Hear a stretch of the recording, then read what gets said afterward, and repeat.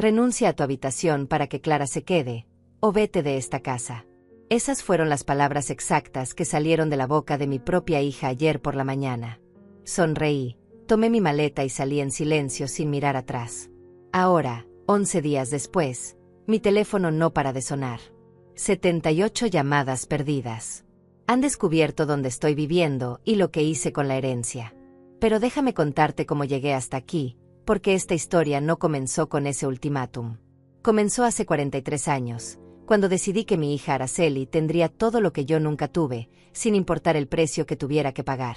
Me llamo Benita, tengo 69 años, y durante décadas sacrifiqué cada sueño, cada comodidad y cada momento de felicidad personal para construir la vida de una hija que ahora me trataba como si fuera basura. Trabajé limpiando oficinas hasta que mis rodillas gritaban de dolor. Lavé ropa ajena hasta que mis manos se agrietaron como tierra seca. Cuidé niños que no eran míos para poder pagarle la universidad a la única persona que amaba en este mundo. Cada peso que ganaba se convertía en sus libros, su ropa, su primer carro, y finalmente en esa casa de 3 habitaciones donde ella ahora vivía cómodamente con su esposo Martín y donde acababa de echarme como si fuera una extraña. La casa que yo pagué durante 22 años con el sudor de mi frente y las lágrimas que derramé en silencio cada noche. Esa mañana de octubre, cuando Araceli entró a la cocina con esa expresión fría que había aprendido a conocer demasiado bien, yo estaba preparando el desayuno como siempre lo hacía, como lo había hecho durante miles de mañanas anteriores. Detrás de ella venía Martín con su sonrisa falsa, y por último Clara, su suegra, mirándome como si yo fuera un mueble viejo que estorbaba en su nuevo palacio. «Mamá, Clara va a quedarse aquí indefinidamente», dijo Araceli sin siquiera darme los buenos días. «Su casa está en reparaciones y necesita un lugar cómodo donde vivir. Le vamos a dar tu habitación. Tú puedes arreglártelas con el sofá de la sala o buscar otro lugar donde vivir». Las palabras me golpearon como una bofetada helada. Mi habitación. La habitación donde guardaba las pocas fotografías de mi juventud perdida.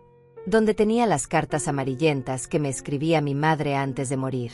Donde había llorado en silencio después de que el padre de Araceli nos abandonara cuando ella tenía apenas 5 años. Donde había cosido hasta altas horas de la madrugada para poder pagarle sus estudios universitarios. «Pero Araceli», murmuré con la voz quebrada, «esta es mi casa. Yo pagué cada mes de hipoteca durante 22 años. Estas paredes las construí con mi trabajo». «Era tu casa, mamá», me respondió con una frialdad que me atravesó el alma. «Ahora vivimos todos aquí y las cosas han cambiado. Clara está acostumbrada a ciertas comodidades y tú ya estás mayor. No necesitas tanto espacio». Clara sonrió con esa expresión de triunfo que me revolvió el estómago. «Ay, Benita, no te pongas dramática. Es solo por un tiempo. Además, el sofá de la sala es bastante cómodo. Yo lo probé ayer mientras veía televisión». Mentira. Todo era mentira. Pude ver en sus ojos que esto no era temporal. Pude ver que habían planeado esto durante semanas, tal vez meses. Que habían estado discutiendo cómo deshacerse de mí sin quedar como los villanos de la historia. Miré a mi hija, a esa mujer de 40 años que una vez fue mi bebé, mi razón de vivir, mi único propósito en este mundo. La mujer por quien renuncié a casarme de nuevo cuando conocí a Leandro, un buen hombre que me quería de verdad, pero que se alejó porque Araceli no lo aceptaba. La mujer por quien vendí los aretes de oro de mi abuela para comprarle su vestido de graduación. La mujer por quien trabajé hasta los 65 años, mucho más allá de la edad de jubilación, para asegurarme de que no le faltara nada. «Está bien», dije finalmente, y por primera vez en años, mi voz sonó firme y serena. «Me voy». Araceli parpadeó, sorprendida. Creo que esperaba súplicas, lágrimas, drama. Esperaba que me arrodillara y le rogara que no me echara de mi propia casa. Pero algo había cambiado dentro de mí en ese momento. Algo se había roto, pero también algo se había liberado. Caminé hacia mi habitación por última vez, con la cabeza en alto y el corazón roto pero digno. Tomé mi maleta vieja, esa misma que había usado para mudarme a esta casa hace 2 décadas, y comencé a empacar las pocas cosas que realmente me importaban. Tomé mi maleta vieja, esa que había usado para mudarme a esta casa 20 años atrás cuando aún tenía esperanzas y sueños propios. Metí mis 3 vestidos, el rosado que usaba para ir a la iglesia, el negro para las ocasiones especiales y el verde que me había regalado mi hermana antes de morir. Guardé las fotografías de mi juventud, las cartas de mi madre y el pequeño cofre donde tenía mis pocos ahorros de emergencia. Mientras empacaba, podía escuchar las voces de Araceli, Martín y Clara en la cocina, hablando como si yo ya no existiera. Reían. Reían mientras yo guardaba los pedazos de mi vida en una maleta gastada. Clara comentaba sobre cómo iba a redecorar mi habitación, sobre las cortinas nuevas que iba a poner y cómo finalmente tendría un espacio digno para sus cosas. Escuché a Martín decir que ya era hora de que yo aprendiera mi lugar en esa casa. Mi lugar. Durante 43 años, mi lugar había sido sacrificarme por ellos. Mi lugar había sido trabajar hasta que mis manos sangraran para que ellos vivieran cómodos. Mi lugar había sido renunciar a mi propia felicidad para construir la de mi hija. Pero ahora, según ellos, mi lugar era el sofá de la sala o la calle. Cerré la maleta con manos temblorosas pero decididas. Tomé el pequeño álbum de fotos donde guardaba los recuerdos de cuando Araceli era pequeña. Las imágenes de su primer día de escuela, cuando me abrazó llorando porque no quería que me fuera. La foto de su graduación universitaria, donde me agradeció públicamente por todos mis sacrificios. La imagen de su boda, donde bailamos juntas y me prometió que siempre cuidaría de mí cuando fuera mayor. Todas esas promesas ahora eran solo papel mojado. Todas esas muestras de amor habían sido mentiras convenientes que duraron mientras me necesitó. Ahora que tenía esposo, trabajo estable y una vida cómoda financiada por mí, ya no tenía que fingir que me amaba. No lloré. No grité. No supliqué. Por primera vez en décadas, no hice lo que otros esperaban de mí. Simplemente tomé mi abrigo del closet, mi bolso con los documentos importantes y caminé hacia la puerta principal de mi propia casa. Cuando crucé la sala, Araceli levantó la vista desde la mesa donde desayunaba tranquilamente el desayuno que yo había preparado esa mañana por última vez. ¿A dónde vas a ir?, preguntó con una indiferencia que me partió el corazón. Su tono no era de preocupación, sino de simple curiosidad, como quien pregunta sobre el clima. Como si mi futuro fuera solo un detalle menor que resolver. Clara sonrió desde su silla, saboreando su café con leche como si estuviera celebrando una victoria personal. Ay, Benita, no te vayas enojada. Esto es lo mejor para todos. Tú vas a estar más tranquila en otro lugar, y nosotros vamos a tener el espacio que necesitamos para vivir como una familia normal. Una familia normal. Esas palabras me atravesaron como cuchillos. Según Clara, una familia normal era aquella donde echan a la abuela que pagó por todo durante décadas. Una familia normal era aquella donde la madre que se sacrificó toda la vida se convierte en un estorbo que hay que eliminar. Ya lo veré, respondí sin detenerme. No les debía explicaciones a nadie. Por primera vez en mi vida, no le debía explicaciones ni a mi propia hija ingrata. Martín se rió desde la cocina. Seguro va donde su amiga Leandro. Siempre hablando de ese viejo que la pretendía. A lo mejor por fin se animan y se van a vivir juntos como dos tortolitos. Sus palabras estaban cargadas de burla y desprecio.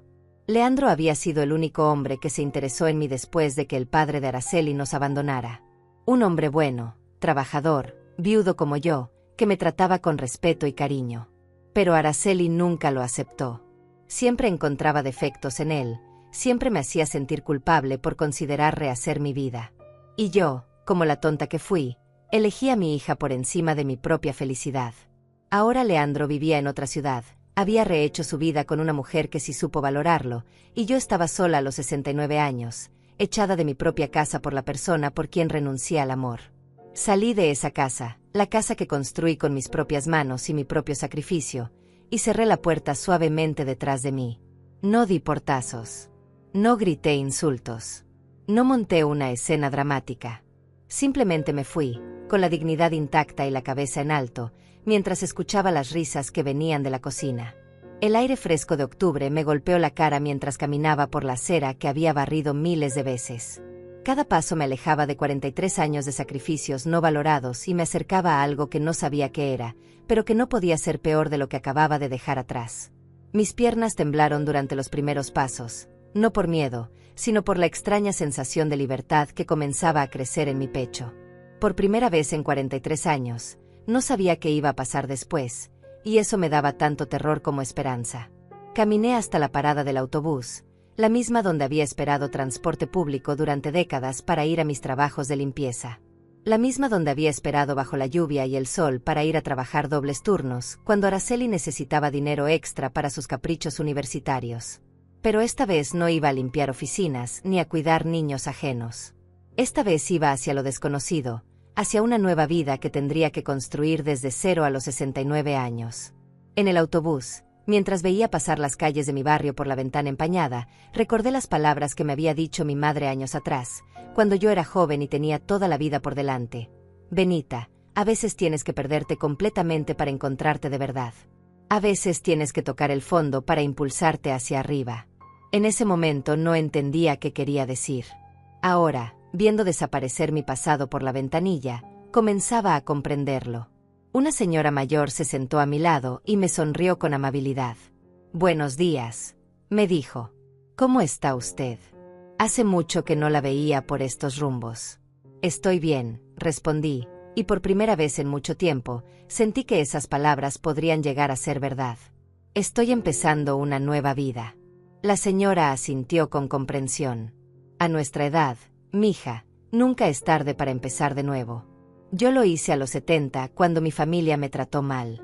Ahora vivo sola, tranquila, y soy más feliz que nunca». Sus palabras me dieron esperanza. Si ella pudo hacerlo a los 70, yo podía hacerlo a los 69.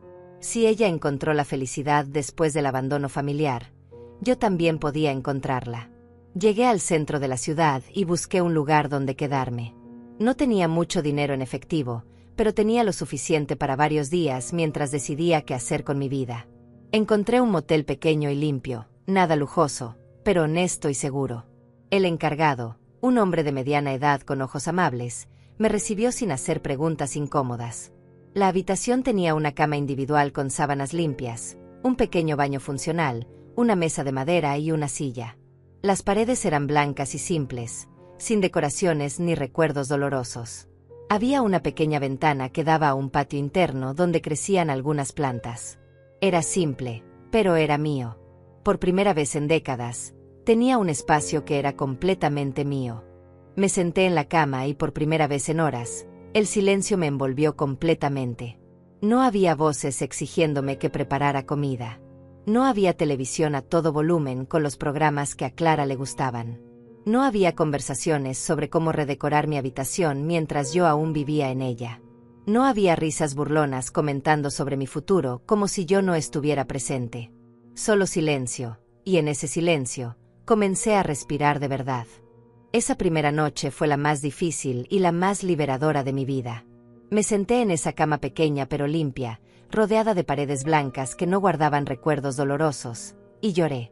Lloré como no había llorado en décadas. Pero no fueron lágrimas de autocompasión o de debilidad. Fueron lágrimas de duelo por la hija que pensé que tenía y por la vida que creí que estaba construyendo durante todos estos años. Lloré por la niña pequeña que una vez me abrazó llorando el primer día de escuela, diciéndome que no quería que me fuera porque me amaba mucho. Lloré por la adolescente que me prometió que algún día me iba a cuidar cuando fuera viejita. Lloré por la universitaria que me agradeció públicamente en su graduación por todos mis sacrificios. Todas esas versiones de Araceli habían muerto en algún momento, reemplazadas por esta mujer fría que me echó de mi propia casa sin pestañear. Pero también fueron lágrimas de rabia. Rabia por todos los años que dediqué a personas que no valoraron ni un solo día de mi sacrificio. Rabia por todas las veces que renuncié a mi propia felicidad por construir la de ellos. Rabia por haber sido tan ciega, tan ingenua, tan buena madre que me olvidé de ser buena conmigo misma. Sin embargo, entre esas lágrimas amargas, también encontré algo que no esperaba: alivio. Un alivio profundo y liberador que comenzó en mi pecho y se extendió por todo mi cuerpo. Por primera vez en décadas, nadie me iba a despertar a las 5 de la mañana exigiéndome el desayuno perfecto. Nadie me iba a criticar porque la comida estaba muy salada o muy sosa. Nadie me iba a tratar como si fuera una sirvienta sin sueldo en mi propia casa. En esa habitación pequeña y silenciosa, comencé a recordar quién había sido antes de convertirme solo en la madre abnegada, en la abuela útil, en la anciana estorbosa. Recordé a la Benita joven que tenía sueños propios, que quería viajar, que disfrutaba bailar, que tenía opiniones y deseos que no giraban únicamente alrededor de las necesidades de otros. Al día siguiente desperté temprano, como siempre había hecho durante toda mi vida adulta, pero esta vez no tenía que correr a preparar el desayuno para una familia ingrata. Me duché con calma, por primera vez en años sin prisa, sin que nadie golpeara la puerta del baño apurándome. Me vestí mi vestido verde, el que me regaló mi hermana, y salí a caminar por las calles del centro de la ciudad. Compré un café en una pequeña cafetería regentada por una pareja de ancianos que me recibieron con sonrisas genuinas. El café estaba delicioso, mucho mejor que el que preparaba todas las mañanas en casa solo para que Clara se quejara de que estaba demasiado cargado. Me senté en una banca del parque central a observar la vida pasar, algo que no había hecho en décadas porque siempre tenía 1000 tareas domésticas esperándome. Fue allí, viendo a las familias caminar juntas con respeto mutuo, a los ancianos alimentando palomas en paz, a los jóvenes corriendo hacia sus trabajos con energía, que tomé la primera decisión importante de mi nueva vida. No iba a llamar a Araceli. No iba a suplicar perdón por irme de mi propia casa. No iba a rogar que me dejara volver para seguir siendo su sirvienta gratuita. En cambio, iba a hacer algo que debía haber hecho años atrás. Iba a recuperar el control completo de mi vida, empezando por lo más importante, mi dinero. Durante todos estos años, yo había sido quien pagaba religiosamente la hipoteca de esa casa todos los meses. Yo había sido quien mantenía los seguros del carro de Araceli y de Martín. Yo había sido quien pagaba las tarjetas de crédito que ellos usaban libremente para sus caprichos. Yo había sido quien transfería dinero cada mes para sus gastos personales, sus salidas, sus vacaciones. Sonreí por primera vez en días mientras sacaba mi teléfono del bolso. Una sonrisa que no era de tristeza o nostalgia, sino de determinación pura. Si querían vivir sin mí, si querían echarme como a un perro viejo, iban a aprender a vivir realmente sin mí. Y eso incluía vivir sin mi dinero, sin mi apoyo financiero, sin la base económica que yo había proporcionado silenciosamente durante décadas. Busqué en mi agenda los números que conocía de memoria, pero que nunca pensé que usaría de esta manera. El banco donde tenía mi cuenta principal. La compañía de seguros. La empresa de la hipoteca. Las tarjetas de crédito. Todos esos números que representaban años de trabajo duro, de sacrificio, de madrugar para trabajar dobles turnos cuando Araceli necesitaba dinero extra. Marqué el primer número, el del banco, y cuando contestó la operadora con su voz profesional y amable, sentí que algo se liberaba dentro de mí. «Buenos días», dije con una calma que me sorprendió a mí misma. «Necesito cancelar todas las transferencias automáticas de mi cuenta». «Claro, señora. ¿Podría proporcionarme su número de identificación y algunos datos para verificar su identidad?». Le di toda la información que me pidió, cada número, cada fecha, cada detalle que había memorizado durante años de responsabilidad financiera. Mientras hablaba, pensé en todas las veces que Araceli había venido a pedirme dinero extra. Para arreglar el carro, para unas vacaciones, para la ropa de los niños, para reparaciones de la casa que según ella eran urgentes. Nunca me había preguntado si yo tenía dinero para mis propias necesidades. Nunca se había interesado en saber si yo quería unas vacaciones, si yo necesitaba ropa nueva, si yo tenía algún sueño que cumplir. Para ella, yo era solo una fuente inagotable de recursos que existía únicamente para resolver sus problemas financieros. La operadora me confirmó que todas las transferencias automáticas habían sido canceladas. La que iba para la hipoteca de la casa, la que cubría los seguros de sus carros, la que pagaba sus tarjetas de crédito, la que les daba dinero mensual para gastos varios. Todo cancelado con unas pocas llamadas telefónicas. Marqué el segundo número, el de la compañía de seguros. La conversación fue igual de simple y efectiva. «Sí, quiero cancelar inmediatamente todas las pólizas que tengo a nombre de Araceli Morales y Martín Herrera». «No, no necesito un periodo de gracia. Cancélelas hoy mismo». El agente me explicó que sin seguro, ellos no podrían usar los carros legalmente. «Perfecto», pensé. Que aprendan a pagarse sus propios seguros como adultos responsables que deberían ser a su edad. La tercera llamada fue a la empresa hipotecaria. Esta conversación fue la más satisfactoria de todas. «Quiero detener inmediatamente todos los pagos automáticos de la hipoteca del inmueble ubicado en la calle». Les di la dirección completa de la casa, mi casa, la casa que había estado pagando religiosamente durante 22 años. «¿Está segura, señora? Si deja de pagar la hipoteca, eventualmente el banco podría iniciar un proceso de ejecución hipotecaria». «Estoy completamente segura. Respondí con una firmeza que no sabía que tenía. Ya no vivo en esa propiedad y ya no me hago responsable de sus pagos.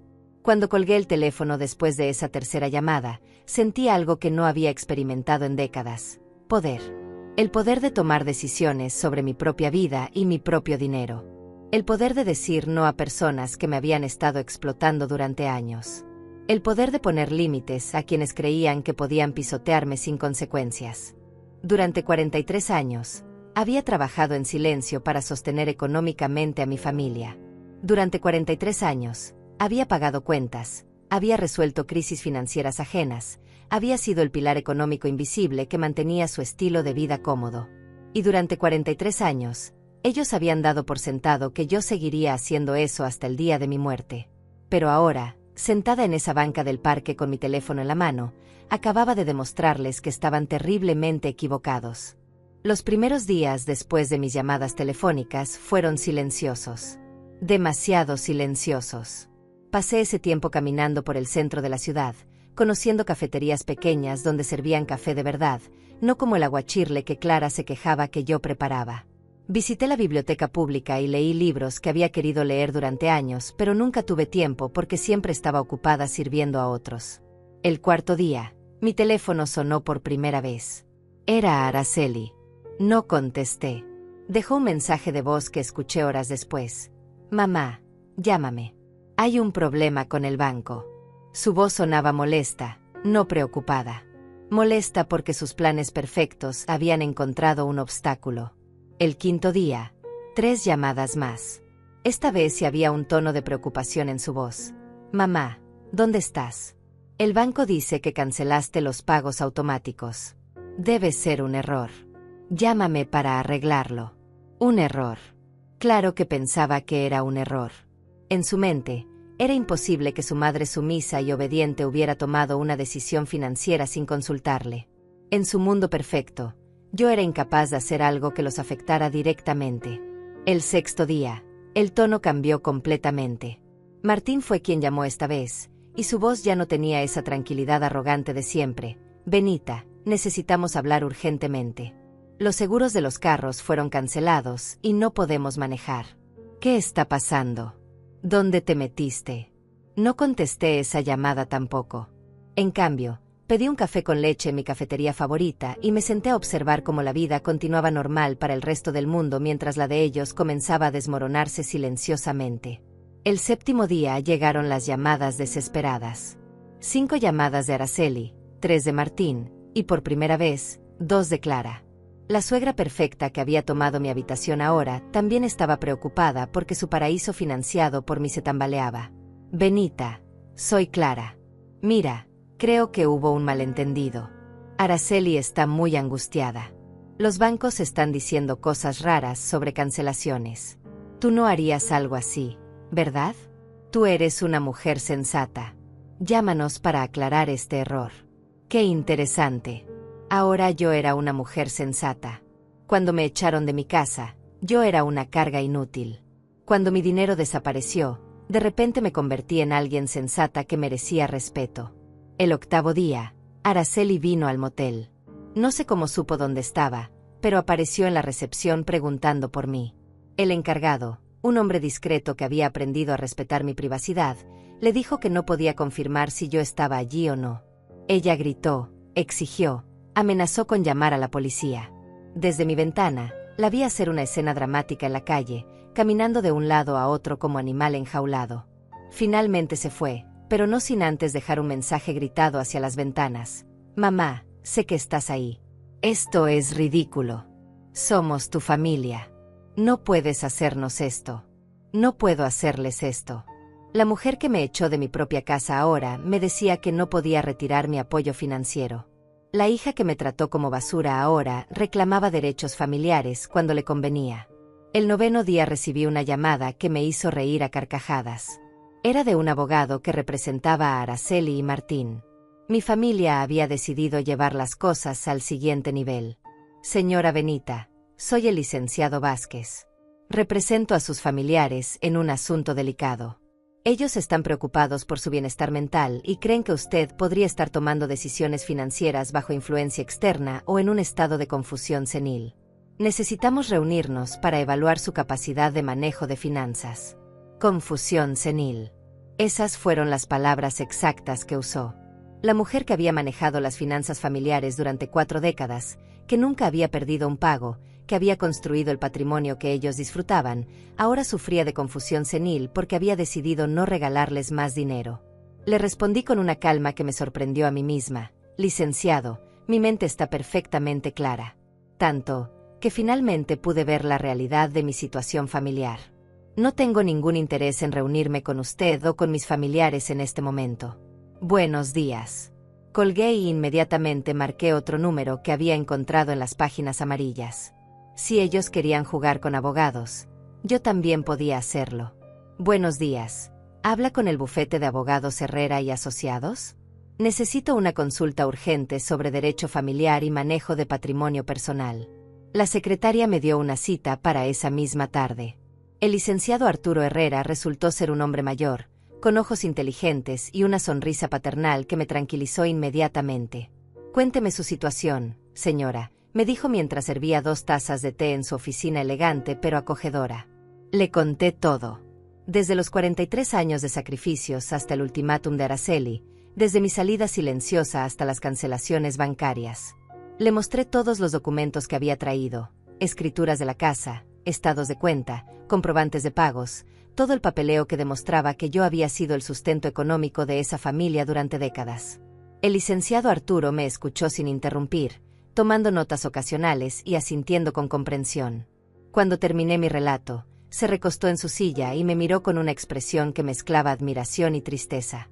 Señora Benita, lo que usted me cuenta es más común de lo que imagina.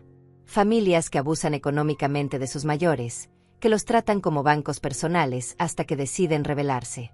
Lo bueno es que usted tiene todos los documentos que prueban su capacidad mental y su derecho legal a manejar su dinero como considere conveniente. ¿Pueden obligarme a seguir pagando sus gastos?, pregunté. En absoluto. Usted no tiene ninguna obligación legal de mantener económicamente a hijos adultos capaces de trabajar. Lo que sí me preocupa es la estrategia que están usando. Ese intento de declararla mentalmente incapacitada es serio. Necesitamos estar preparados. El licenciado Arturo me explicó que podíamos adelantarnos a sus movimientos. Podíamos conseguir evaluaciones psicológicas que certificaran mi plena capacidad mental. Podíamos documentar oficialmente el abuso económico del que había sido víctima. Podíamos proteger legalmente mi patrimonio. También me contó algo que me heló la sangre. Señora, he visto casos donde familiares sin escrúpulos intentan quedarse con propiedades usando documentos falsos o alegando cuidado por años. ¿Usted está segura de que no han intentado hacer algún trámite irregular con la escritura de su casa? Sus palabras me llenaron de una sospecha terrible. ¿Sería posible que todo esto hubiera sido planeado? ¿Que el ultimátum no fuera solo crueldad, sino parte de un plan más grande para quedarse con mi propiedad? Esa noche, en mi habitación del motel, no pude dormir. Las palabras del licenciado Arturo resonaban en mi cabeza como campanadas de alarma. Al día siguiente, regresaría a su oficina para comenzar a investigar qué exactamente había estado sucediendo a mis espaldas durante todos estos meses. Porque comenzaba a sospechar que la crueldad de Araceli no había sido espontánea. Comenzaba a pensar que me habían estado preparando para este momento durante mucho tiempo, planeando cómo deshacerse de mí y quedarse con todo lo que había construido. Al día siguiente regresé temprano a la oficina del licenciado Arturo, pero esta vez no fui sola. Había pasado la noche despierta, y al amanecer había tomado una decisión importante. Llamé a Leandro, mi viejo amigo, el hombre bueno que había alejado de mi vida por complacer a Araceli años atrás. Su voz al teléfono sonó sorprendida pero cálida. Benita, qué alegría escucharte después de tanto tiempo. ¿Cómo estás? Le conté brevemente mi situación, sin entrar en detalles dolorosos, pero explicándole que necesitaba apoyo moral para enfrentar algunas cosas legales. Leandro no dudó ni un segundo. Voy para allá inmediatamente. Nunca debí haberte dejado sola con esa situación familiar tan tóxica. 3 horas después, Leandro estaba conmigo en la oficina del abogado. Los años habían sido amables con él. Sus cabellos grises le daban un aire distinguido, y sus ojos seguían teniendo esa calidez que había olvidado. Cuando me abrazó en el lobby del edificio, sentí por primera vez en años que alguien genuinamente se preocupaba por mi bienestar. El licenciado Arturo nos recibió con profesionalismo y comenzó inmediatamente con las investigaciones que habíamos acordado el día anterior. Señora Benita, hice algunas consultas preliminares en el registro público de la propiedad. Lo que encontré es preocupante. Mi corazón se detuvo por un momento. ¿Qué había encontrado? Su hija y su yerno han estado haciendo consultas sobre los procedimientos para declarar a una persona mayor como mentalmente incapacitada. También han estado preguntando sobre los procesos de transferencia de propiedades por cuidado familiar extendido. Esto no es casual, señora. Han estado planeando esto durante meses. Leandro apretó mi mano mientras yo procesaba esa información. No solo me habían echado de mi casa por crueldad espontánea. Habían estado preparando el terreno para robarme legalmente todo lo que había construido durante décadas. Pero hay más, continuó el licenciado Arturo. Hace 2 semanas, registraron una solicitud preliminar alegando que usted había mostrado signos de demencia y que ellos habían estado cuidándola financieramente. Según su versión, usted había estado viviendo de su caridad durante años. La sangre se me subió a la cabeza. ¿Caridad? ¿Su caridad? Cuando yo había sido quien pagaba cada cuenta, cada gasto, cada capricho que se les ocurría durante décadas.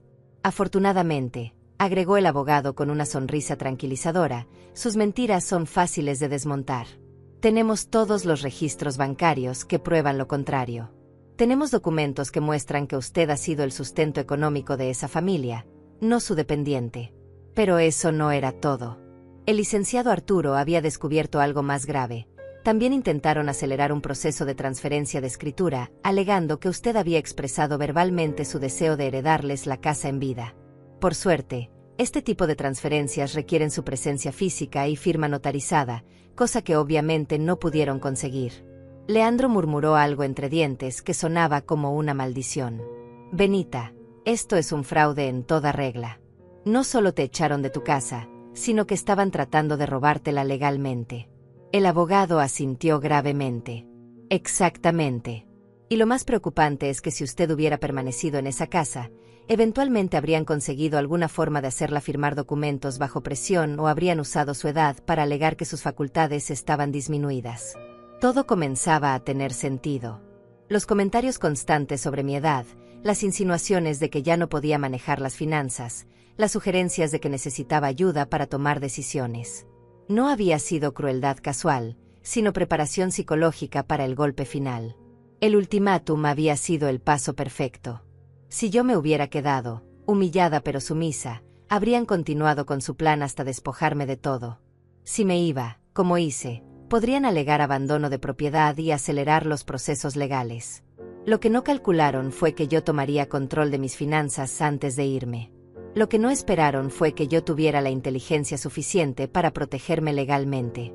Ahora, señora Benita, necesitamos actuar rápido, dijo el licenciado Arturo mientras organizaba papeles sobre su escritorio. Vamos a presentar una denuncia formal por intento de fraude. Vamos a conseguir evaluaciones psicológicas que certifiquen su plena capacidad mental. Y vamos a proteger legalmente su patrimonio antes de que intenten algo más desesperado. Esa tarde, acompañada por Leandro, fui a una clínica especializada donde un neuropsicólogo me hizo una evaluación completa. Exámenes de memoria, de razonamiento, de capacidad de juicio, de orientación temporal y espacial. 3 horas de pruebas exhaustivas que pasé sin ningún problema. Doctor, ¿cuáles son los resultados?, pregunté cuando terminamos. Señora Benita, su capacidad mental está perfectamente conservada. De hecho, sus resultados están por encima del promedio para su grupo de edad. No hay ningún signo de deterioro cognitivo, demencia o confusión. Cualquier intento de declararla mentalmente incapacitada sería fraudulento. Con esos resultados en mano, regresamos a la oficina del licenciado Arturo, quien inmediatamente comenzó a preparar los documentos legales necesarios. También me sugirió algo que no había considerado: un investigador privado. Señora, si han estado planeando esto durante meses, es posible que hayan hecho otros movimientos que desconocemos. Un investigador puede ayudarnos a descubrir si han estado manipulando otros aspectos de su situación financiera o legal. Acepté contratar al investigador. En 24 horas tendríamos información completa sobre lo que Araceli, Martín y Clara habían estado haciendo durante los últimos meses. Esa noche, Leandro insistió en quedarse conmigo en el motel. No de manera inapropiada, sino como el amigo protector que siempre había sido. Pidió la habitación de al lado y cenamos juntos en la cafetería del primer piso. Benita, me dijo mientras compartíamos una cena simple pero reconfortante, lamento mucho no haber insistido más cuando Araceli me alejó de tu vida. Si hubiera estado ahí, esto nunca habría llegado tan lejos. No es tu culpa, Leandro. Yo elegí a mi hija por encima de mi propia felicidad. Yo permití que me manipulara durante años. Pero ya no más. Sus ojos se llenaron de admiración. La mujer que tengo frente a mí ahora es muy diferente a la que conocí hace años. Eres más fuerte, más decidida. A pesar del dolor, creo que esta situación te está ayudando a encontrarte a ti misma. Tenía razón. Por primera vez en décadas, me sentía como una persona completa, no solo como la madre abnegada o la abuela útil. Me sentía como Benita, una mujer con derecho a tomar sus propias decisiones y a proteger lo que había construido con su propio esfuerzo. Al día siguiente, el investigador nos llamó temprano con noticias que confirmaron nuestras peores sospechas. No solo habían estado planeando quedarse con mi casa, sino que habían estado investigando maneras de acceder a mis cuentas bancarias y a mi pequeña pensión de jubilación. Además, descubrió algo que me llenó de una rabia fría. Habían estado contándole a los vecinos y conocidos que yo había desarrollado demencia senil y que ellos se habían visto obligados a cuidarme. Según su versión, yo era una carga económica y emocional que habían soportado heroicamente durante años. Mentiras. Todo eran mentiras construidas para justificar lo que estaban planeando hacerme. Pero ahora yo tenía todas las pruebas necesarias para demostrar la verdad. Y estaba lista para usarlas.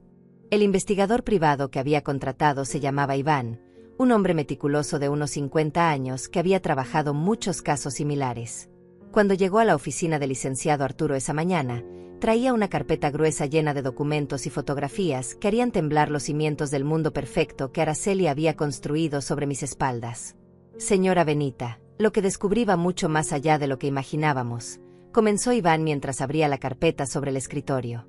Su hija y su yerno no solo estaban planeando quedarse con su propiedad, también han estado mintiendo sobre su situación financiera a múltiples instituciones. Las primeras fotografías que me mostró fueron de Araceli y Martín en restaurantes caros, en un spa de lujo, comprando ropa de marca en centros comerciales exclusivos. Todo esto durante las últimas semanas, cuando supuestamente estaban preocupados por mi bienestar y por los problemas económicos que mis cancelaciones les habían causado. Pero aquí está lo más interesante, continuó Iván. Mientras gastaban en lujos, también estuvieron visitando diferentes bancos intentando conseguir préstamos grandes usando su casa como garantía. Les dijeron a los prestamistas que usted había fallecido y que ellos habían heredado la propiedad. Mi sangre se enfrió. No solo estaban intentando robarme en vida, sino que habían estado usando mi supuesta muerte para obtener dinero de los bancos. Afortunadamente, agregó el licenciado Arturo, ningún banco les aprobó los préstamos porque no pudieron presentar certificados de defunción ni documentos de herencia válidos. Pero el intento en sí constituye fraude bancario, un delito grave. Iván continuó mostrándome evidencias que me revolvían el estómago. Habían estado visitando a mis antiguos vecinos, contándoles que yo había desarrollado Alzheimer severo y que se habían visto obligados a internarme en un asilo costoso. Según su versión, ellos estaban haciendo tremendos sacrificios económicos para cuidar de una madre que ya no los reconocía. Pero lo que más me dolió fueron las fotografías que Iván había tomado de Clara redecorating mi habitación. No solo habían cambiado las cortinas y movido mis muebles, sino que habían tirado a la basura mis pertenencias personales. Las cartas de mi madre, los álbumes de fotos de la infancia de Araceli, los pequeños recuerdos que guardaba de mi esposo fallecido. Todo estaba en bolsas de basura en el patio trasero. Leandro apretó mi mano cuando vio las lágrimas rodar por mis mejillas.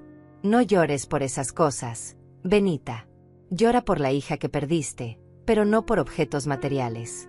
Los recuerdos verdaderos están en tu corazón, no en fotografías. Tenía razón, pero dolía saber que habían destruido sin pensarlo 2 veces las pocas cosas que conectaban mi presente con mi pasado. Para ellos, mi historia personal no tenía valor alguno. Yo no tenía valor alguno, excepto como fuente de ingresos. Iván no había terminado. También descubrí que han estado contactando a sus empleadores, tratando de conseguir testimonios sobre su supuesta carga financiera de cuidarla.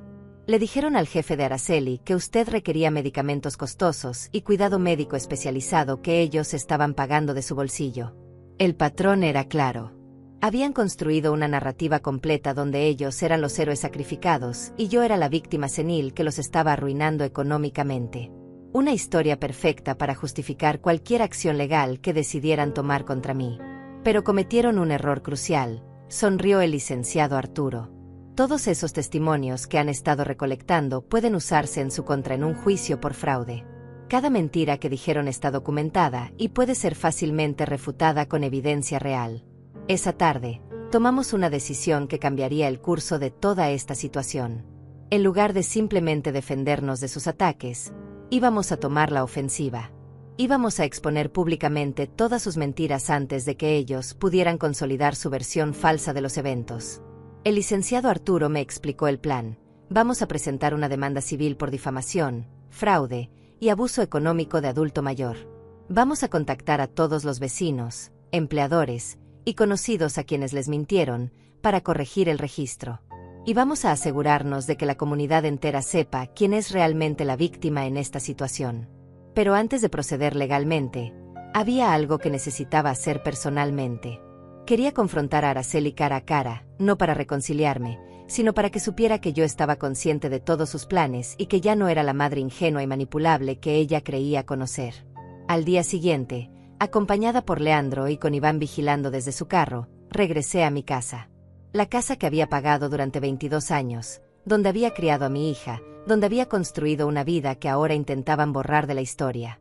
Toqué la puerta como una visitante en mi propia propiedad. Martín abrió, y su expresión cambió inmediatamente de sorpresa a incomodidad cuando me vio parada allí con Leandro a mi lado. «Benita, ¿qué estás haciendo aquí?», tartamudeó. «Vine a recoger algunas cosas que me pertenecen», dije con una calma que me sorprendió a mí misma. «Y a tener una conversación civilizada con mi hija». Clara apareció detrás de Martín, y pude ver el pánico en sus ojos. Había estado viviendo cómodamente en mi habitación, durmiendo en mi cama, usando mis cosas, y ahora la realidad la golpeaba en la cara. Araceli salió de la cocina, y por primera vez en semanas, pude ver realmente su expresión. No era la mujer fría y segura que me había echado. Era alguien que claramente había estado bajo mucho estrés. Sus ojeras eran profundas, su ropa estaba arrugada, y tenía esa expresión de pánico controlado de alguien que sabe que su mundo está a punto de colapsar. «Mamá», susurró. Pensé que no ibas a volver». «No volví a quedarme, Araceli. Vine a informarte de algo importante. Sé todo lo que han estado planeando. Sé sobre las mentiras que han estado contando. Sé sobre los intentos de fraude bancario. Sé sobre los documentos falsos. Lo sé todo». Su rostro se puso blanco como papel. No sé de qué estás hablando, mamá. Solo hemos estado preocupados por ti». Leandro se acercó y me entregó una copia de todos los documentos que Iván había recopilado. Se los puse en las manos temblorosas de mi hija. «Estas son las pruebas, Araceli. Fotografías, documentos, testimonios. Todo lo que necesito para demostrar que intentaste defraudarme y robarme mi propiedad. Todo lo que necesito para demostrar que las mentiras sobre mi salud mental fueron parte de un plan calculado». Martín trató de intervenir, pero Leandro lo silenció con una mirada que no admitía discusión. Esta conversación era entre madre e hija, no había lugar para manipuladores cobardes. Araceli hojeó los documentos con manos temblorosas, y pude ver el momento exacto en que se dio cuenta de que habían sido descubiertos. Sus hombros se hundieron, y por primera vez en años, vi en sus ojos algo parecido al remordimiento. «Mamá, nosotros, estábamos asustados.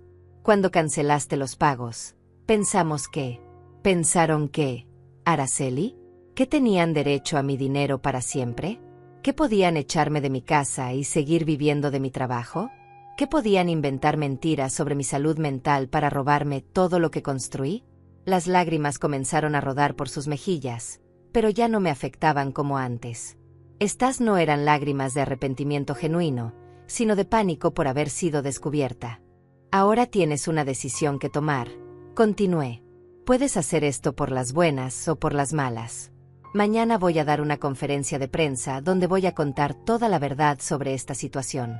Voy a mostrar todas las pruebas que tengo. Voy a desmentir cada mentira que han estado contando sobre mí. Clara comenzó a protestar desde atrás, pero la detuve con una mirada helada. O puedes adelantarte y confesar públicamente todo lo que hicieron. Puedes ir a la iglesia este domingo y contarle a toda la congregación la verdad sobre cómo trataste a tu madre. Puedes explicarles cómo la mujer que trabajó 43 años para darte todo lo que tienes te estorbaba tanto que decidiste echarla para darle su habitación a tu suegra. Araceli se quedó callada por un largo momento, mirando los documentos en sus manos como si fueran sentencias de muerte. Martín y Clara intercambiaron miradas nerviosas, claramente calculando si aún tenían alguna salida de esta situación que no fuera la humillación pública total. Si confiesan públicamente, continué con una voz serena pero implacable, y si devuelven todo lo que tomaron de mi habitación, consideraré no presentar cargos criminales por fraude. Pero si eligen el camino difícil, van a enfrentar las consecuencias legales completas de sus acciones. ¿Qué quieres que hagamos exactamente?, preguntó Martín con una voz que intentaba sonar desafiante pero que temblaba de nerviosismo. Leandro respondió por mí. Van a admitir públicamente que mintieron sobre la salud mental de Benita. Van a confesar que ella fue quien mantuvo esta familia económicamente durante décadas. Van a explicar cómo la echaron de su propia casa para darle su habitación a una extraña. Y van a pedirle perdón de rodillas frente a toda la congregación. Clara finalmente explotó. Esto es ridículo. Benita, tú eres mi familia política. No puedes humillarnos así. Tenemos reputación que cuidar. ¿Reputación? Le respondí con una risa fría. La misma reputación que ustedes destruyeron cuando le dijeron a medio barrio que yo tenía demencia. ¿La misma reputación que protegieron cuando me echaron para que tú pudieras tomar mi habitación? Ahora les preocupa la reputación. Araceli finalmente habló, y su voz sonaba derrotada. Mamá, si hacemos lo que pides, ¿podrás perdonarnos? ¿Podremos volver a ser una familia? Su pregunta me partió el corazón, pero no de la manera que ella esperaba. Me dolió darme cuenta de que aún no entendía la magnitud de lo que había hecho. Pensaba que esto era solo una pelea familiar que se podía resolver con disculpas públicas y promesas vacías. Araceli, le dije mientras la miraba directamente a los ojos, tú destruiste nuestra relación cuando decidiste echarme de mi propia casa. La terminaste cuando planeaste robarme mi patrimonio. La enterraste cuando mentiste sobre mi salud mental para justificar tus acciones. No hay vuelta atrás de eso. Pero mamá, yo soy tu única hija. Somos familia. Las familias se perdonan. Las familias se respetan, Araceli. Las familias se cuidan mutuamente. Las familias no echan a sus mayores para darle el lugar a extraños. Tú decidiste que ya no éramos familia cuando me diste ese ultimátum. Ahora tienes que vivir con las consecuencias. Martín intentó una última manipulación. Benita, piensa en tus nietos. Ellos te necesitan. Si haces esto público, vas a lastimar a niños inocentes. Mis nietos, repetí con amargura. ¿Los mismos nietos que no preguntaron por mí ni una sola vez en estas 2 semanas? ¿Los niños que ustedes están criando para que no respeten a sus mayores? Ellos van a estar mejor aprendiendo que las acciones tienen consecuencias. Nos fuimos de la casa sin más conversación. Ya había dicho todo lo que tenía que decir. Ahora era momento de actuar, no de hablar. Esa noche, el licenciado Arturo organizó una conferencia de prensa para el día siguiente en el centro comunitario del barrio. Contactó a periódicos locales, estaciones de radio y páginas de noticias en Internet. La historia de una abuela echada de su casa por su propia hija, que descubre un plan para robarle su patrimonio, era exactamente el tipo de noticia que captaría la atención del público. Leandro me ayudó a prepararme emocionalmente para enfrentar las cámaras y los reporteros. Vamos a contar tu historia exactamente como sucedió, me dijo mientras revisábamos los documentos que presentaríamos. Sin drama, sin exageraciones. Los hechos son suficientemente poderosos por sí solos. La mañana de la conferencia de prensa, me vestí con mi mejor vestido, el negro que usaba para ocasiones especiales. Me peiné cuidadosamente y me maquillé de manera sencilla pero elegante. Quería que la gente viera a una mujer digna y lúcida, no a la anciana senil que Araceli había descrito en sus mentiras. El centro comunitario estaba lleno. Vecinos que conocía desde hacía años, periodistas con cámaras, trabajadores sociales, y representantes de organizaciones de derechos de adultos mayores. En las primeras filas vi algunas caras familiares. Alonso, el tendero del barrio que siempre me había tratado con respeto, doña Carmen, la vecina que había escuchado las mentiras de Araceli sobre mi supuesta demencia, el pastor de la iglesia donde había ido durante décadas. Cuando me paré frente al micrófono, el silencio fue completo. Respiré profundo y comencé a hablar con una voz clara y serena. Buenos días.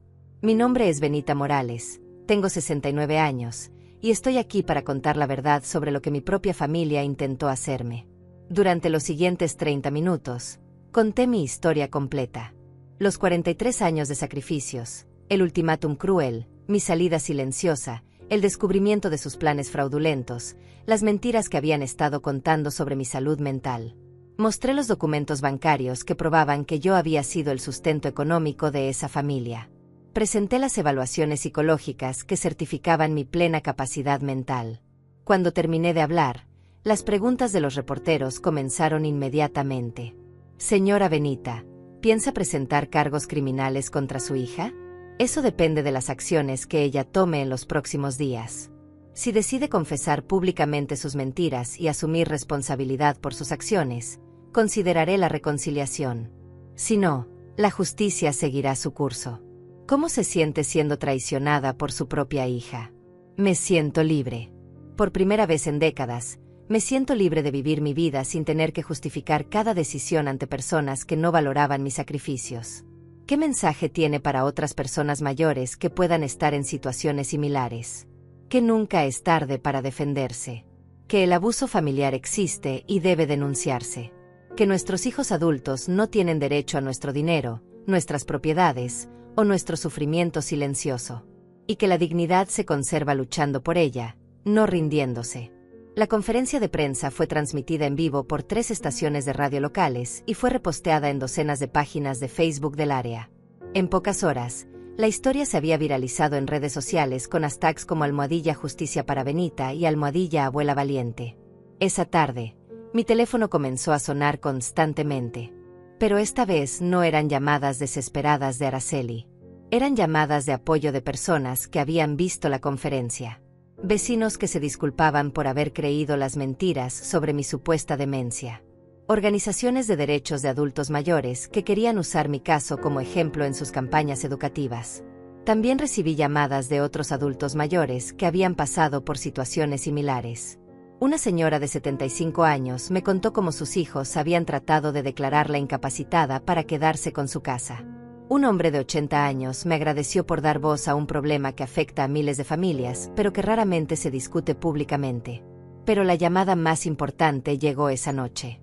Era de Araceli, y por primera vez en años, su voz sonaba genuinamente quebrada por el remordimiento.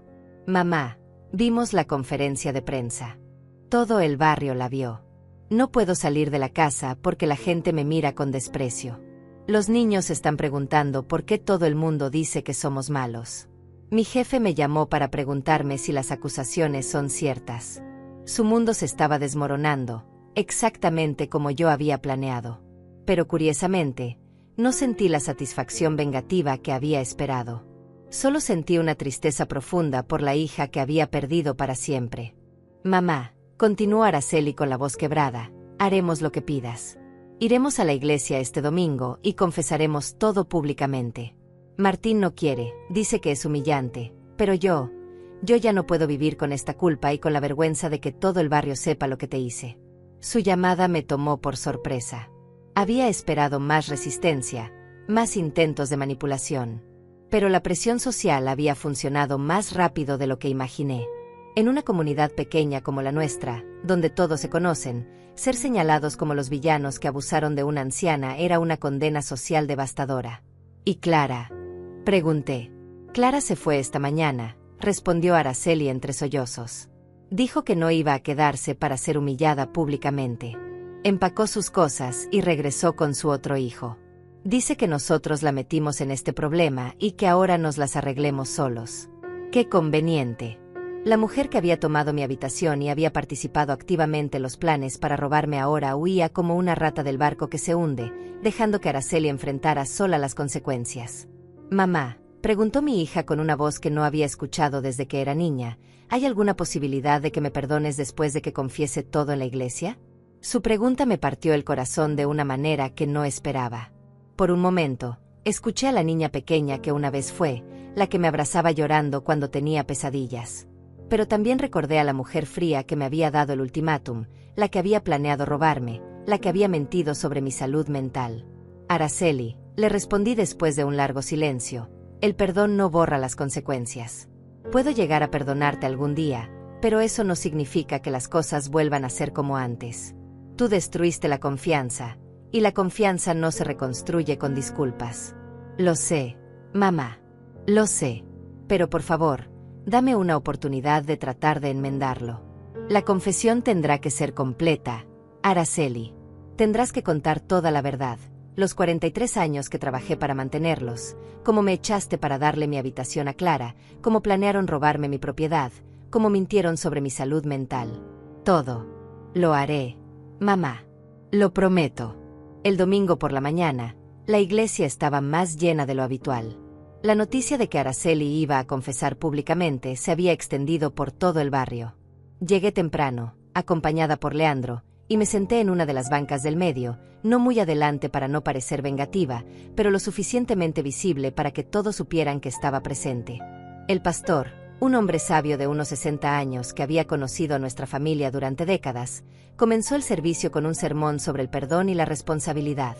Sus palabras eran cuidadosamente elegidas, hablando sobre cómo el verdadero arrepentimiento requiere reconocer completamente el daño causado y asumir las consecuencias de nuestras acciones. Cuando llegó el momento de los testimonios, Araceli se levantó lentamente de su asiento en la primera fila. Podía ver que había estado llorando, sus ojos estaban rojos e hinchados. Martín se quedó sentado, claramente renuente a participar en esta humillación pública, pero sin otra opción. Mi hija caminó hacia el púlpito con pasos inseguros. Cuando tomó el micrófono, sus manos temblaban visiblemente. El silencio en la iglesia era absoluto, todos esperando escuchar la confesión de una de las historias más impactantes que había sacudido a nuestra comunidad en años. Buenos días, comenzó con una voz apenas audible. Mi nombre es Araceli, y estoy aquí para confesar públicamente los terribles errores que he cometido contra mi madre, Benita Morales. Su voz se quebró inmediatamente, pero continuó. Durante 43 años, mi madre trabajó incansablemente para darme todo lo que necesitaba. Limpió oficinas, lavó ropa ajena, cuidó niños que no eran suyos, trabajó dobles turnos y sacrificó su propia felicidad para pagarme los estudios, comprarme ropa, darme un carro y finalmente comprar la casa donde vivíamos. Las lágrimas comenzaron a rodar por sus mejillas, pero no se detuvo. Hace 3 semanas, le di un ultimátum cruel. Le dije que tenía que renunciar a su habitación para que mi suegra se quedara allí, o irse de la casa que ella misma había pagado durante 22 años. Cuando mi madre, con dignidad, tomó su maleta y se fue, yo me sentí aliviada de deshacerme de la carga que representaba. Un murmullo de indignación recorrió la congregación. Algunas personas negaban con la cabeza, claramente horrorizadas por lo que estaban escuchando. Pero eso no fue todo, continuó Araceli, ahora llorando abiertamente. Mi esposo y yo planeamos quedarnos legalmente con su propiedad. Intentamos declararla mentalmente incapacitada.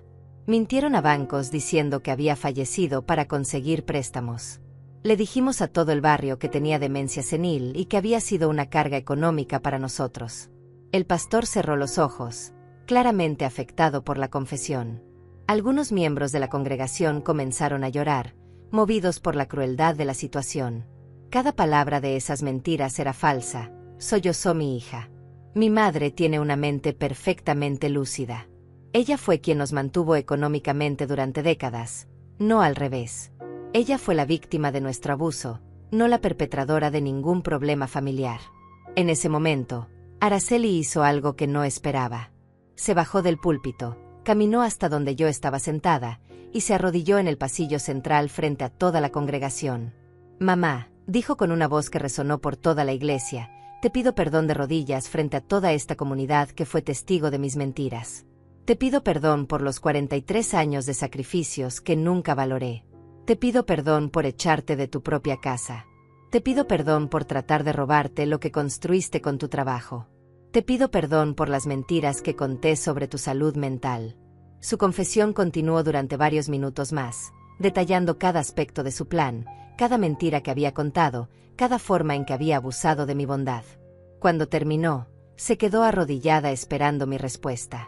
Todo el mundo en la iglesia me miraba, esperando ver qué haría. Leandro apretó mi mano suavemente, recordándome que cualquier decisión que tomara sería la correcta.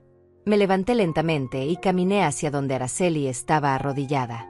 La iglesia estaba en completo silencio, solo se escuchaba el sonido de mis pasos sobre el piso de madera. Cuando llegué frente a ella, me agaché para quedar a su nivel y le hablé lo suficientemente alto para que todos pudieran escuchar. Araceli, acepto tu confesión y tu pedido de perdón. Pero el perdón no borra las consecuencias de tus acciones. No significa que puedas volver a vivir en mi casa. No significa que voy a regresar a mantenerte económicamente. Y definitivamente no significa que voy a olvidar lo que me hiciste. Ella asintió entre lágrimas, entendiendo que este era el mejor resultado que podía esperar. Sin embargo, continué, porque eres mi hija y porque has tenido el valor de confesar públicamente tus errores, no presentaré cargos criminales en tu contra. Pero tendrás que reconstruir tu vida sin mi apoyo financiero, y tendrás que ganarte la confianza de esta comunidad que ahora sabe quién eres realmente. Me levanté y regresé a mi asiento. El pastor cerró el servicio con una oración por la sanación familiar y el verdadero arrepentimiento.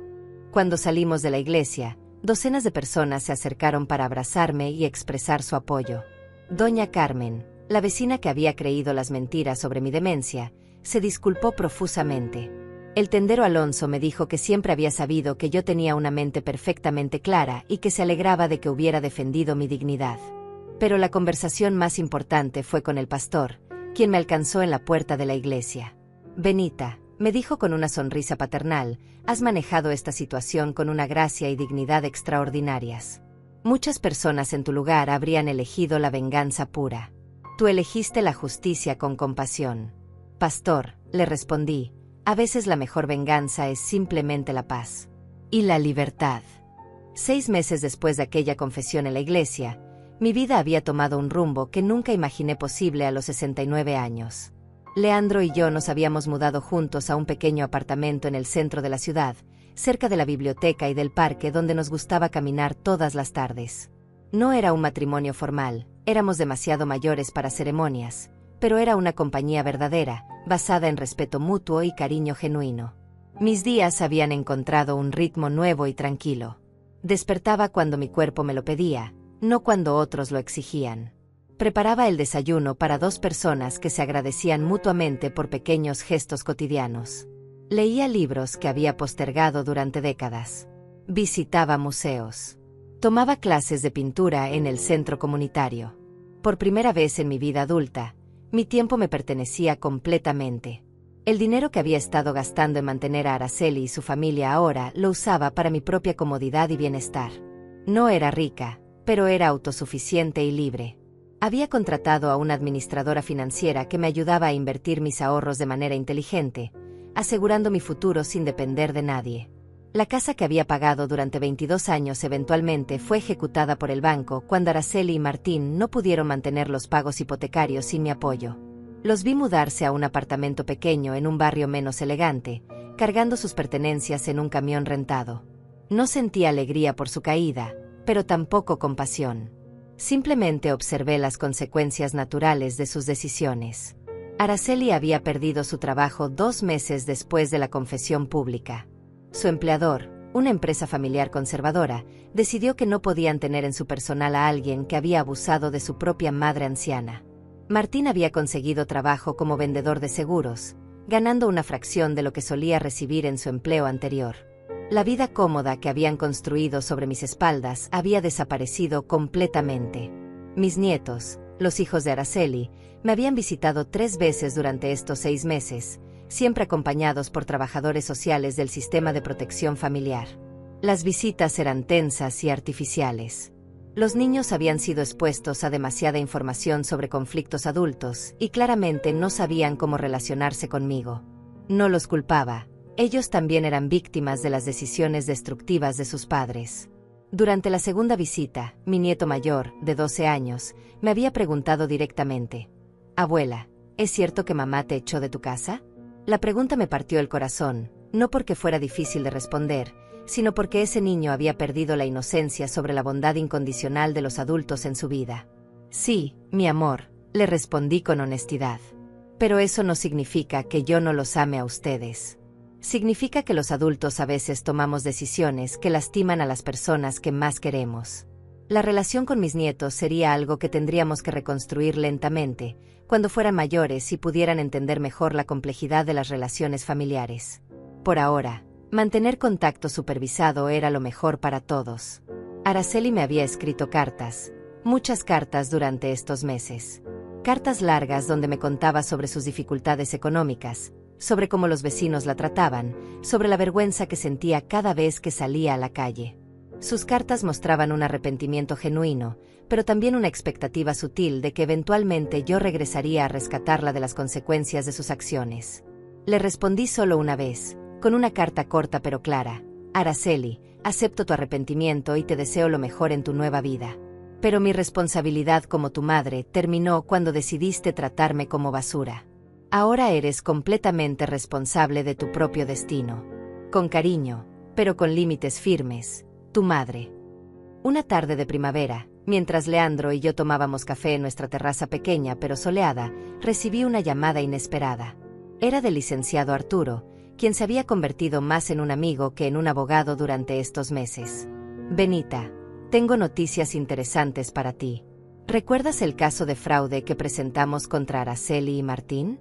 El fiscal decidió no proceder con cargos criminales debido a tu solicitud de clemencia, pero la investigación reveló algo más grande. Mi corazón se aceleró. ¿Qué habían descubierto? Resulta que Martín había estado usando el mismo esquema con otros adultos mayores. Habían encontrado al menos 3 casos más donde intentó declarar ancianos como mentalmente incapacitados para acceder a sus propiedades. En esos casos, las víctimas no tuvieron la fuerza para defenderse como tú lo hiciste. La noticia me llenó de una satisfacción amarga. Araceli había sido manipulada por un hombre que era un predador sistemático de personas mayores. Eso no excusaba sus acciones, pero explicaba cómo había llegado a convertirse en alguien tan cruel. El fiscal va a proceder con cargos criminales contra Martín en esos otros casos. Tu caso sirvió como el catalizador que expuso toda una red de abuso de adultos mayores. Has salvado a otros ancianos de pasar por lo que tú pasaste. Después de colgar, le conté a Leandro sobre la llamada. Él me tomó la mano y sonrió con esa calidez que había aprendido a atesorar. ¿Ves, Benita? Al defenderte, no solo te salvaste a ti misma. Salvaste a otros que no tenían tu fuerza. Tu valentía tuvo un impacto mucho mayor de lo que imaginaste. Esa noche, mientras reflexionaba sobre todo lo que había pasado durante este año transformador, me di cuenta de algo importante. Había pasado 69 años de mi vida definiendo mi valor a través del sacrificio por otros. Había creído que ser una buena madre significaba darlo todo, incluso cuando eso significaba perderme a mí misma. Pero ahora entendía que el verdadero amor, incluso el amor maternal, requiere límites. Requiere respeto mutuo. Requiere que ambas partes valoren la dignidad de la otra persona. Lo que yo había estado dando durante décadas no era amor, era codependencia disfuncional que había permitido que Araceli se convirtiera en una adulta incapaz de responsabilizarse por su propia vida. Al final, echarme de mi casa había sido el mejor regalo que Araceli pudo haberme dado, aunque ese nunca fue su intención. Me había liberado de una prisión que yo misma había construido con mi necesidad de ser necesitada. 6 meses después de aquel ultimátum cruel, yo era una mujer diferente. Era más fuerte, más independiente, más consciente de mi propio valor. Tenía una relación de pareja basada en la igualdad en lugar del sacrificio. Tenía amistades nuevas basadas en intereses compartidos en lugar de obligaciones familiares. Tenía una vida que era verdaderamente mía. Araceli había perdido una madre que la mantenía económicamente, pero había ganado la oportunidad de convertirse en una adulta responsable, si elegía aprovecharla. Yo había perdido una hija que me explotaba, pero había ganado mi libertad, mi dignidad y mi paz interior. Mientras me preparaba para dormir esa noche, en mi cama pequeña pero cómoda, en mi apartamento modesto pero alegre, junto al hombre que me amaba por quien era y no por lo que podía darle, sonreí con una tranquilidad que no había sentido en décadas. A veces, la mejor venganza es simplemente la paz. y la libertad de vivir la vida que siempre mereciste, pero que tardaste 69 años en reclamar. Algunas historias no terminan con reconciliaciones perfectas o finales de cuento de hadas. Algunas terminan con justicia, dignidad recuperada, y la satisfacción profunda de saber que finalmente pusiste tu bienestar por encima de las expectativas ajenas. Esta era mi historia. Una historia de liberación tardía pero completa. Una historia que esperaba inspirar a otros adultos mayores a defenderse cuando sus propias familias los trataran como menos de lo que merecían. Porque nunca es demasiado tarde para elegir la dignidad por encima de la conveniencia. Nunca es demasiado tarde para elegirse a uno mismo.